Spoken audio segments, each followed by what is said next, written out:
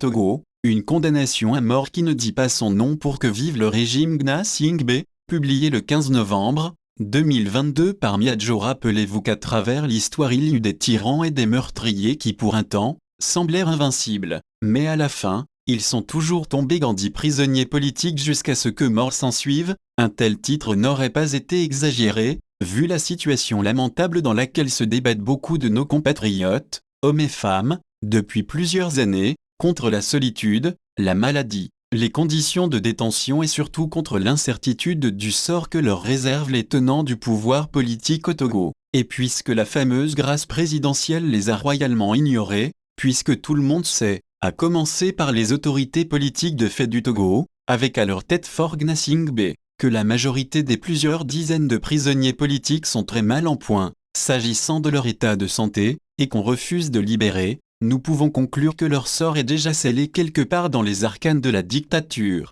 Faure Gnassingbé et ses complices, ses collaborateurs sont-ils vraiment prêts à assumer la responsabilité du fait que beaucoup de nos compatriotes prisonniers politiques, aujourd'hui malades, puissent mourir en détention? Le drame des exilés politiques, avec surtout la situation depuis 2 ans et demi du vieux prélat de 93 ans, Monseigneur Fanoko Philippe Pozero, que nous avons à plusieurs reprises dénoncé, vient, comme s'il était encore besoin, mettre en relief la nature inhumaine du régime politique que nous subissons au Togo depuis un demi-siècle. Des adversaires politiques, qui ont également le droit d'avoir leur opinion personnelle sur la gestion du pays, doivent-ils devenir des ennemis à abattre par tous les moyens? Nous ne le croyons pas, et nous estimons que la gestion de la cité commune revient à tous les Togolais, qu'ils aient la chance d'être au pouvoir ou qu'ils soient dans l'opposition. C'est pourquoi d'ailleurs la persécution sauvage des citoyens d'un pays qui pense autrement, comme c'est le cas des prisonniers politiques au Togo,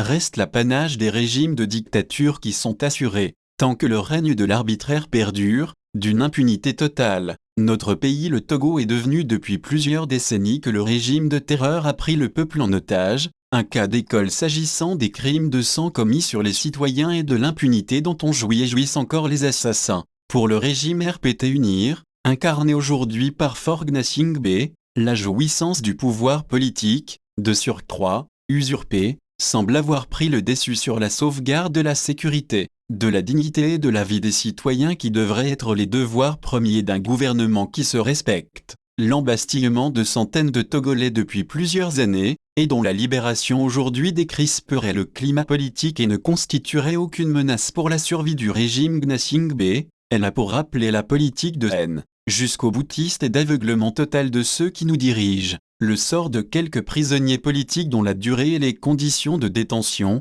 à l'état de santé déficitaire et qu'on maintient en prison, fait froid dans le dos. Nambea Meyo Alela, épouse Tagba, c'est cette jeune mère de famille, allaitant un bébé de 7 mois, arrêtée depuis le 18 décembre 2019 dans l'affaire sans tête ni queue de Tigre Révolution. Elle croupit à la prison civile de Lomé avec d'autres compagnons d'infortune, souffrant d'hypertension, de difficultés respiratoires et de divers autres maux. Les nombreux appels d'organisations de défense des droits de l'homme et de certaines chancelleries pour sa libération n'ont pu toucher le cœur de ceux qui disposent du droit de vie et de mort sur les Togolais. Jean-Paul Omoloué est notre compatriote de la diaspora suisse en séjour au Togo, arrêté le 4 novembre 2021. Il y a donc aujourd'hui 1 an qu'il souffre le martyre parce qu'ayant tout simplement choisi de lutter pour les droits du peuple, et de se battre pour que la démocratie soit une réalité dans son pays d'origine. Qui veut noyer son chat, l'accuse de rage. C'est connu que dans les républiques bananières comme au Togo, les régimes autoritaires se réfèrent toujours à ce dicton populaire pour faire taire des opposants qui dérangent.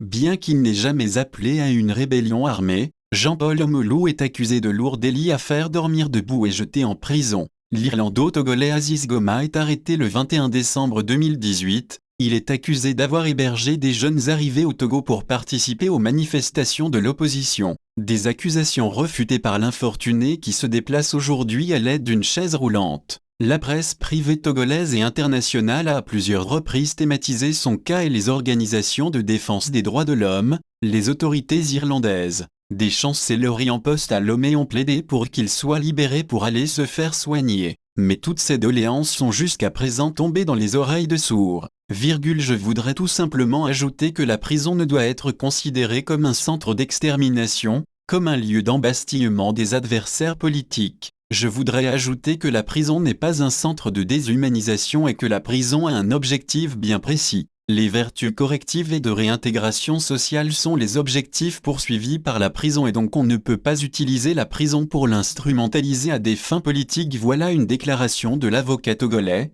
Mependé Atzaré, contenue dans une interview accordée à la chaîne allemande Die Deutsche Welle et reprise par le quotidien togolais Liberté en juillet 2021. Mependé Atzaré est l'un des avocats de Pachag Nassingbe, le demi-frère du président de fait du Togo, Faure Gnassingbé, croupi en prison depuis 13 ans avec quelques co-accusés dans la ténébreuse affaire d'atteinte à la sûreté de l'État. Bien que la Cour de justice de la CEDEAO ait constaté en juillet 2013 le caractère inéquitable du procès qui avait condamné les prévenus à la lourde peine de prison, et demandé leur relax pur et simple, le régime togolais continue à faire à sa tête en les maintenant en détention. L'état de santé inquiétant de Pachag Nassingbe surtout, abondamment et régulièrement médiatisé, n'a pas jusqu'à présent réussi à émouvoir Faure Gnassingbé qui semble décidément être le seul maître à bord. Ce qui est encore plus cruel, c'est qu'il existe des ministres dans le gouvernement de Faure Gnassingbé et de hautes personnalités politiques qui ont le culot de nier l'existence de prisonniers politiques au Togo.